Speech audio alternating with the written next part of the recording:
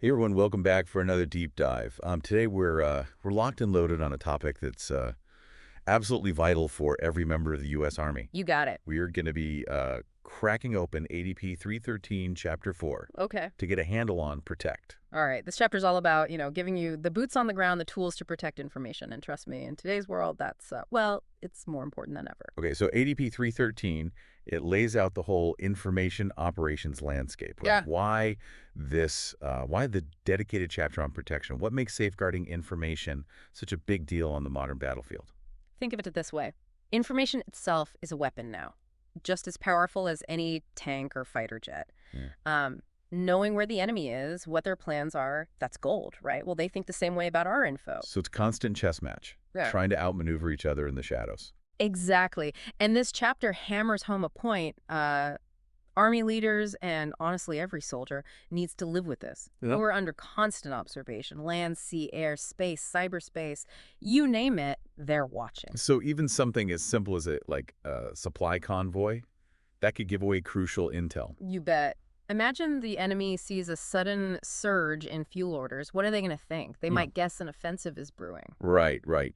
That's where Operations Security, or OPSEC, comes into play, right? Don't make it easy for them to piece things together. You got it. OPSC is like, it's like blending into the background. Only this time, the background is the entire operational landscape. So we're not just talking about, being careful what you post on social media, although that's important too, I'm guessing. Absolutely. But it goes way beyond that. Think about concealing those administrative requests, for example.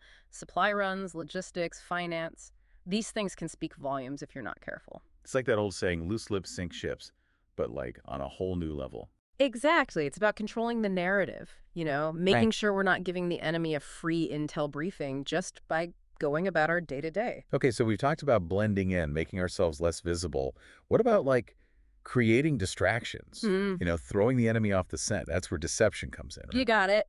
Remember, it's not just about concealing the truth. It's also about creating a decoy, leading the enemy down a rabbit hole with carefully planted misinformation. We call that deception in support of Operation Security, or DSO for short.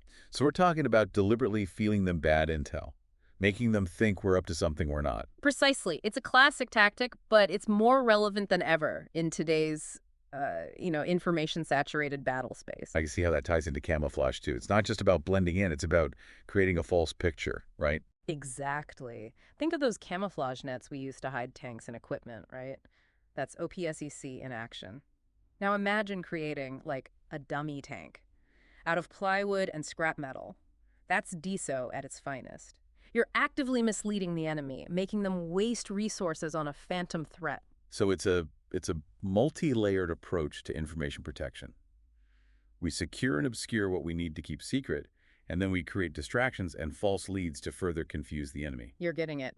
And the best part is these principles apply to both the physical and digital worlds. Speaking of the digital world, let's talk about active security. What does that look like in practice? Is it like setting up tripwires in the forest, but, for hackers? That's a pretty good analogy, actually. Active security is about taking the fight to the enemy, both in the physical and digital domains. So what kind of actions fall under that active security umbrella? Give us the rundown. It can be anything from setting up a perimeter around a base to conducting patrols to detect and deter enemy reconnaissance. Basically, anything that gives commanders time and space to react to threats, before they become major problems. Wait, so it's about creating a buffer zone, buying ourselves some breathing room. Exactly. And within active security, there's a concept called counter-reconnaissance, which the document emphasizes is not a separate mission, but an essential part of all security operations.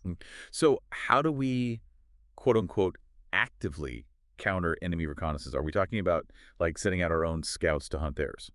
It can involve that, but it's more about proactively denying the enemy the opportunity to gather information on us in the first place. We want to make it as hard as possible for them to get a clear picture of our operations. So if they don't know what we're doing, they can't effectively plan against us. Makes sense. Exactly. And this brings us to a particularly relevant example in today's operational environment. Drones. Ah, yes, drones. It seems like everyone and their grandmother has one these days. You're not wrong. And while they have their uses, in the wrong hands, drones become potent tools for reconnaissance and even attack. So how do we counter that threat? Is it as simple as just shooting them out of the sky? Sometimes it is that simple, but the document emphasizes a multi-layered approach. We're talking radar for early warning, electronic warfare systems to jam their controls, even good old-fashioned anti-aircraft guns if necessary. So we've got options. But it sounds like countering drones, just like so much of information warfare, requires a flexible and adaptable approach. Absolutely. It's not just about having the latest technology, but also about understanding the enemy's tactics and adapting our own accordingly. It's a constant cat and mouse game. So far, we've covered a lot of ground, from hiding tanks to tricking enemy spies. It really drives home how crucial it is to stay vigilant, think ahead, and adapt to the situation. Couldn't agree more. And that vigilance isn't limited to the battlefield. Protecting information also hinges on something that might seem, well, a bit mundane: personnel security. Yeah, I admit, when I think information warfare, I'm picturing, hackers and satellites, not like personnel files. But it makes sense. People are often the weakest link, right? That's right. Think of it this way. Even with all the fancy tech in the world, a single careless act can compromise an entire operation. So how do we shore up those human vulnerabilities? Well, it starts with the basics. Strong passwords, being careful about what you click on, knowing who has access to what. Remember those security clearance forms and background checks? Those aren't just bureaucratic hurdles. They're your first line of defense against insider threats. Okay, so those procedures actually have a real impact. That's good to know.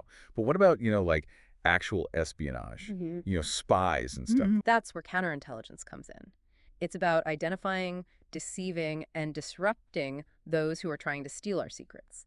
And it's not just about foreign governments anymore. We're talking about terrorist organizations, criminal enterprises, anyone who might be looking to exploit our information for their own gain. Sounds like something out of a spy thriller. You'd be surprised how often truth is stranger than fiction. But the key takeaway here is that counterintelligence is everyone's business. If you see something, say something. Right, because even the smallest detail could be a piece of a much larger puzzle. Exactly. And that brings us to another crucial aspect of personnel security. Knowing what information you have access to and why, we call this need to know. So if I don't absolutely need to know something for my job, I shouldn't, try to find out. Exactly. Because the less you know, the less likely you are to accidentally compromise sensitive information. Plus, it limits the damage if someone does manage to breach our defenses. They might get their hands on your laptop, but if all you've got on there is your cat photo collection, well, we're probably okay. Okay, that's reassuring. So we've covered physical security, digital footprints, even the human element. But what about the actual digital battlefield? The one where, algorithms clash and data is weaponized. Yes. Cyberspace. That's where things get really interesting and a little unnerving, to be honest. I bet. It's not like we can just set up a perimeter fence in the digital world. Unfortunately not. Out there, the battlefield is everywhere and nowhere at the same time, and the enemy is always evolving, always finding new ways to exploit our vulnerabilities. So how do we even begin to defend ourselves in this, digital Wild West? It starts with understanding the threats. We're talking sophisticated, state-sponsored hackers trying to steal classified information. But it's also, individuals with malicious intent spreading misinformation, trying to sow chaos and discord. So it's not just about protecting our data, it's also about protecting our minds. Absolutely. Because in the digital age, information itself can be a weapon. Think about how easily propaganda and fake news can spread online.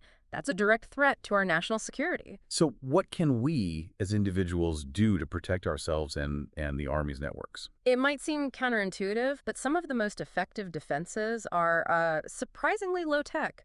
Strong passwords, being wary of phishing scams, keeping your software up to date. These things might seem basic, but they make a world of difference. So it's like wearing your helmet in a combat zone.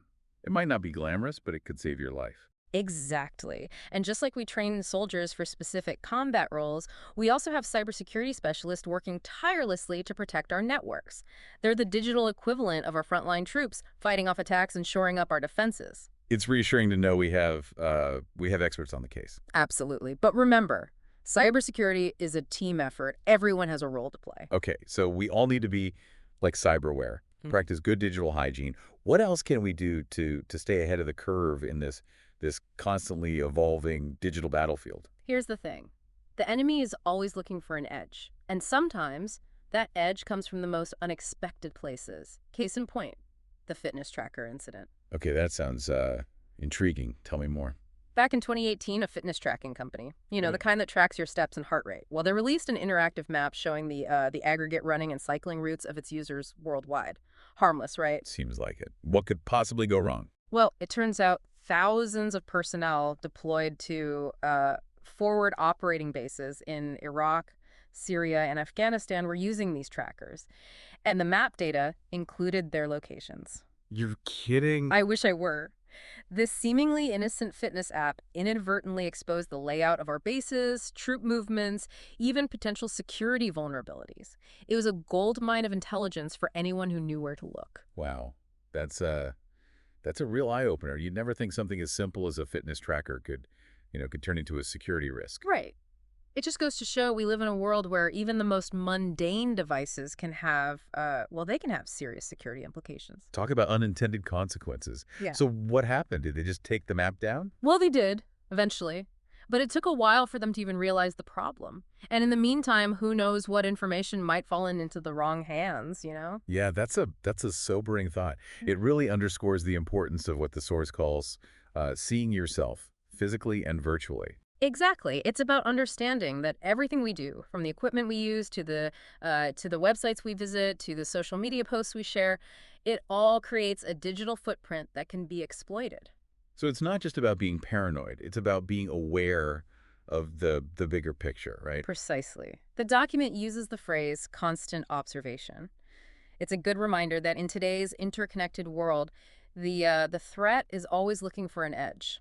That doesn't mean we should live in fear, but we do need to adopt a posture of informed vigilance. So how do we balance that need for vigilance with actually living our lives? We can't exactly walk around in tinfoil hats and avoid all technology. Of course not. The key takeaway here is that protecting information is about finding a balance between active and passive measures. Can you give me an example? What's the difference? Think of it like this. Active protection is like setting up security cameras and motion detectors around your house. You're actively trying to deter and detect intruders. Passive protection, on the other hand, is like making sure your doors and windows are locked in the first place. It's about making yourself a harder target. Okay, so it's about being proactive rather than reactive, not waiting for something bad to happen, but taking steps to prevent it in the first place. You got it. Active protection might involve things like counterintelligence operations or cybersecurity measures. Passive protection is more about, reducing our vulnerability in the first place. Give me some examples of what that might look like in practice. Sure. Passive protection could involve things like using camouflage and concealment to minimize our physical and digital signatures, practicing good OPSE to control the information we release, or even just being mindful of our surroundings and who might be observing us. Interesting. So even something as simple as paying attention to who's around you can be a form of information protection. Absolutely. It's all about being aware of the potential threats and taking steps to mitigate them, both in the real world and online. Well, this deep dive has definitely given me a lot to think about. Any final takeaways for our listeners out there, on the front lines? Here's the thing to remember. Think like the threat. Ask yourself, what seemingly insignificant piece of information could the enemy use against us? How can you apply the principles we've discussed today to your everyday role, no matter how small or insignificant it may seem? That's great advice. Protecting information is a team effort. We all have a part to play. That's right. And remember, even the smallest actions can have a big impact on the bigger picture. Well said. Thanks for joining us today for this deep dive into the crucial world of protecting information. It's been an eye-opening conversation. You got it. Stay safe out there. And to our listeners, until next time, stay vigilant, stay informed, and stay safe.